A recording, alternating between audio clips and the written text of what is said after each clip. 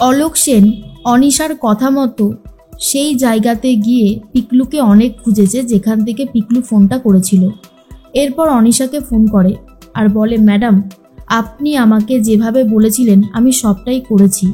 সেই জায়গাটাতে গিয়েছিলাম, সেই জায়গাটা হচ্ছে একটা পুরনো বাড়ি, সেখান থেকেই আপনাকে ফোন করেছিল পিকলু, কিন্তু সেখানে গিয়ে শুধু দেখলাম সিমটা ভাঙা পড়ে আছে, আর তেমন কোনো খবর পাইনি। অনিশা বলে, আমি কিচ্ছু জানি না, যেখান থেকে পারো সেখান থেকে ওকে ধরে নিয়ে এসো, ওর সাথে আমার অনেক বোঝাপড়া আছে। এরপরেই অনিশা রানীর শ্রাদ্ধ শুরু করেছে, যা দেখবার পরে দুর্জয় রেগে যায়। তখন পণ্ডিতজি বলে, ভালোই হয়েছে দুর্জয় তুমি এসেছো, বসো, তোমাকেই তো দরকার, তোমার স্ত্রীর শ্রাদ্ধ শান্তি বলে কথা। দুর্জয় আর কোনো উপায় না পেয়ে ঘটিতে থাকা জল দিয়েই আগুন নিভিয়ে দেয়। রানীর ছবি থেকে মালা সরিয়ে দিয়ে শালিনীকে বলে ছবিটা উঠিয়ে নিতে। অনিশা বলে, তুই কি পাগল হয়ে গেছিস জয়, কি করছিস এগুলো? জয় তখন বলে, বেশ করেছি, তোকে কে অধিকার দিয়েছে রানীর শ্রাদ্ধ শান্তি করবার? তুই কি একবারও পারমিশন নিয়েছিলিস? তোর সাহস দেখে তো আমি অবাক হয়ে যাচ্ছি। শোন, রানীর সাথে যেটা হয়েছে, রানী যেটা পেয়েছে কষ্টটা, সেটা কেউ আমরা ভাগ করে নিতে পারবো না। কি ভাবছিস শ্রাদ্ধ শান্তি করলে সেই কষ্টটা চিরদিনের মতো দূর হয়ে যাবে? কিচ্ছু হবার নয়। আর রানীর কষ্টটা আমি বুঝতে পারছি, সব কিচ্ছু হবে না। এর মধ্যেই দেবু তার বাবুকে নিয়ে খুবই চিন্তিত, কারণ যেহেতু দেবুর শরীরটাও খুব একটা ভালো না, ছেলেকে সামলানো খুবই দায় হয়ে যাচ্ছে।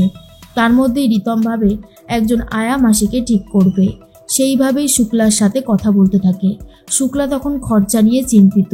রিতম বলে, আমার কাছে জমানো আছে যেটুকু সেটুকু দিয়েই হবে, তার মধ্যে দেবু সুস্থ হয়ে গেলে আশা করি আর প্রবলেম হবে না।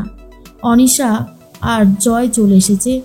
জয় তখন বলে, আমার আর কিচ্ছু ভালো লাগছে না, রানী শ্রাদ্ধ শান্তি করেছে আজকে অনিশা। শোন অনিশা, আমার এসব ভালো লাগছে না, বুঝতে পেরেছিস? অনিশা তখন বলে, জয় তুই এরকম করছিস কেন? জয় বলে, এঙ্গেজমেন্ট বিয়ে টিয়ে কিচ্ছু হবে না, আমার ভালো লাগছে না। অনিশা তখন বলে, প্লিজ তুই এরকম করিস না, আমার কথাটা একবার শোন। জয় তখন বলে, হ্যাঁ শুনবো তো, তুই আমাকে বিয়ে করবি? একবারে বিয়ে, সিঁদুর পরিয়ে দিলেই বিয়ে হয়ে যাবে।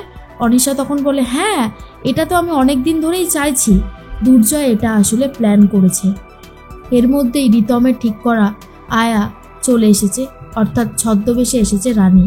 রানীকে দেখার পরেই দুর্জয়ের একটু অবাক লাগে। আর তার মধ্যেই তখন অনিশা বলে, তোমার কাছে কোনো কার্ড আছে?